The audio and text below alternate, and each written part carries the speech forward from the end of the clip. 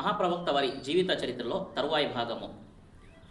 మొదటి దైవవాణి అవతరించబడిన తర్వాత ప్రవక్త వారు భయపడి ఉన్నారు. మరియు 15 రోజుల వరకు ఇదే పరిస్థితి. 15 రోజుల తర్వాత భయం తగ్గింది మరియు రెండవ దైవవాణి అవతరించబడింది. ఖురాన్ గ్రంథంలోని 74వ సూరతుల్ ముద్దస్సిర్లో ప్రథమంగా ఉన్న 7 వాక్యాలు అవతరించబడ్డాయి. అల్లాహ్ తబారక తఆలా అన్నారు, యా అయ్యుహల్ ముద్దస్సిర్, ఓ దుప్పటును కప్పుకున్నవాడా, కుమ్ ఫఅన్జిర్, లే ప్రజలను హెచ్చరించు, వరబ్బక ఫకబ్బిర్, మరియు అల్లాహ్ యొక్క పవిత్రతను చాటి చెప్పు, వసియాబక ఫతహిర్, మరియు నువ్వు దుస్తులను పరిశుభ్రంగా ఉంచు, వర్రుజ్జ ఫహ్జుర్, మరియు అశుద్ధతను దూరంగా పెట్టు అని అల్లాహ్ తబారక తఆలా ఈ 7 వాక్యాలు అవతరింపజేశారు.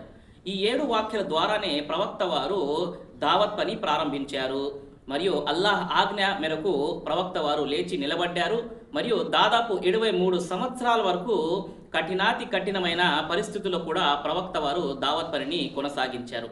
ప్రవక్త గారి దావత్ మేరకు ముందుగా పురుషుల్లో అబూబకర్ సిద్దీక్ వారు, స్త్రీలలో సతిమణి అయిన ఖతీయతుల్ కుబ్రా వారు, పిల్లలలో హజరత్ అలీ వారు మరియు బానిసలలో హజరత్ జైద్ వారు ఇస్లాం స్వీకరించారు.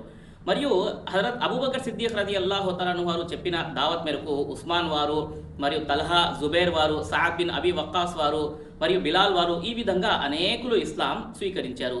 వీళ్ళే సాబిఖీనే అవ్వలీన్ అనగా ప్రప్రథంగా ఇస్లాం స్వీకరించిన వాళ్ళు అని పేర్కోవటం జరుగుతుంది.